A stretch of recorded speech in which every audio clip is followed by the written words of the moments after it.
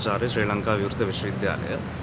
මම හිතන්නේ මේ වෙනකොට අපි දකිමින් සිටින්නේ 1980 ගණන් වලින් පස්සේ අපේ රටේ ප්‍රජාතන්ත්‍රවාදයට මිනිස් අයිතිවාසිකම් වලට ඉතාමත්ම බරපතල තර්ජනයක් එල්ලෙමින් පවතින තත්ත්වයක්.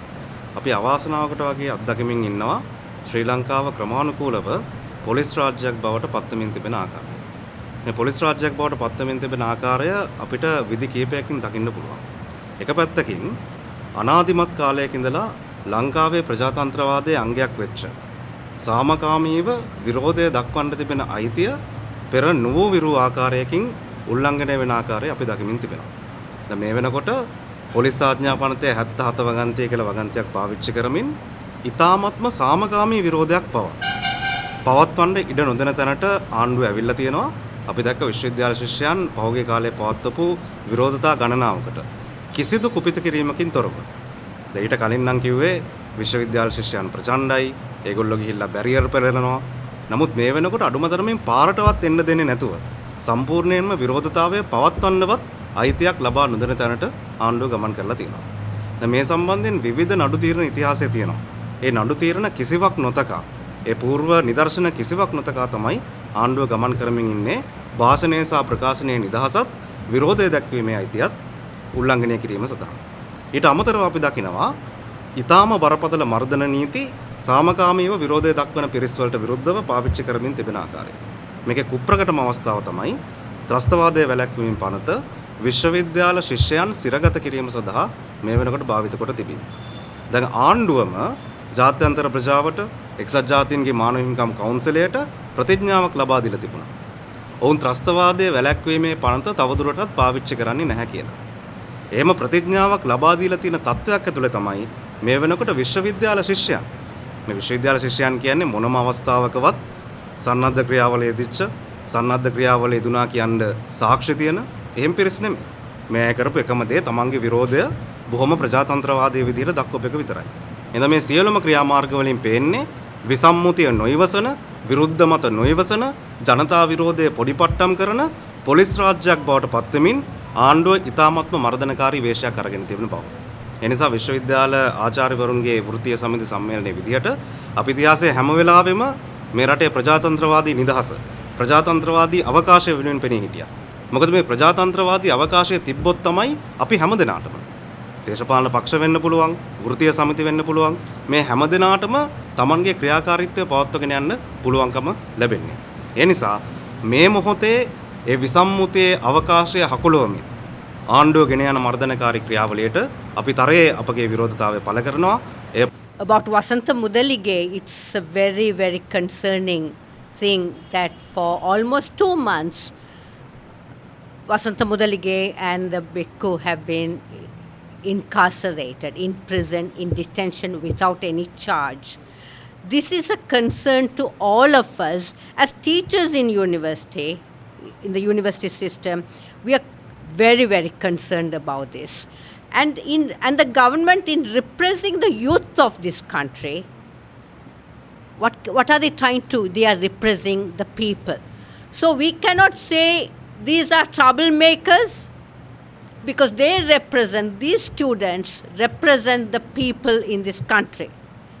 So it is time that we all look at what the youth are doing, whose voice they are representing, and we have to stand by them in this very hour of need.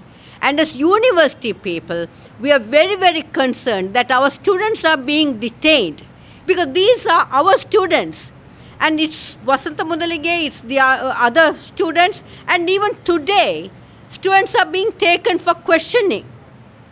And there's a general sense of fear spreading across the university system. Of course, we have other problems. We have problems, our economic problems, our political problems, our ragging problems.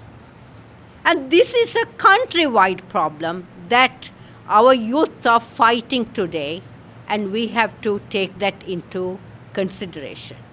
Thank you. I'm Dr. Ahilan Kadargrama, Senior Lecturer from the University of Jaffna and a Vice President of the Federation of University Teachers Association. If there is to be democracy, this kind of violence, the use of tear gas, water cannons and other forms of brutal attacks on peaceful protesters are completely unacceptable. We as citizens of this country have to first of all oppose such violence by the state and the police. Next, why are these attacks happening?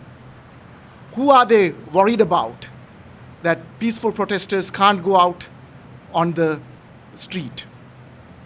We have to ask that question because this is also coming under a broader climate of legal repression. There are all kinds of laws that are being used. The government explicitly made a commitment not to use the Prevention of Terrorism Act. But now they have arrested even students, labeling them as terrorists. They try to bring about a high security zones bill to enclose spaces away from the people. High security zones were brought about during the war. Who are they at war with? Are they at war with the citizens of this country? And now they are trying to bring about a bill called the Rehabilitation Bureau. Who are they going to rehabilitate? They claim that they're going to be rehabilitating people who are belonging to organizations, drug addicts, and so on. But what is that rehabilitation? Would there be any freedom? Or would it only lead to further torture and abuse of power? So what we are seeing is a legal black hole into which our freedoms are being sucked in. This legal black hole is going to take away our freedom of expression and our freedom of association.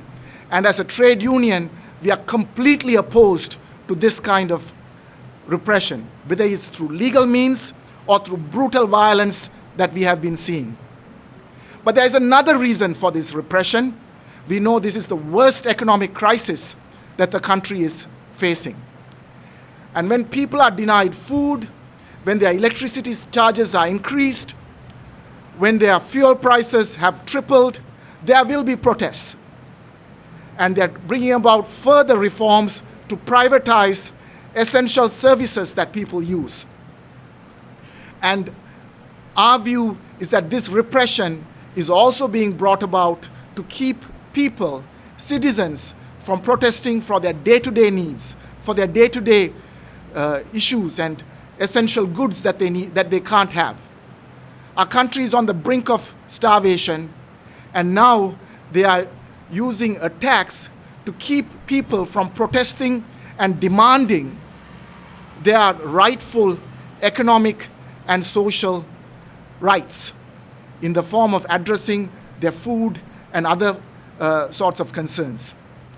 So therefore, it's extremely important, and FUTA is calling on all citizens of this country, other trade unions, to take up these economic issues.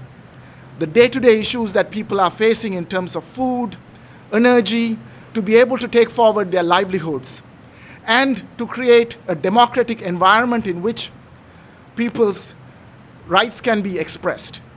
And that is why challenging this repression, challenging these attacks on freedom of expression and freedom of association are so important for us.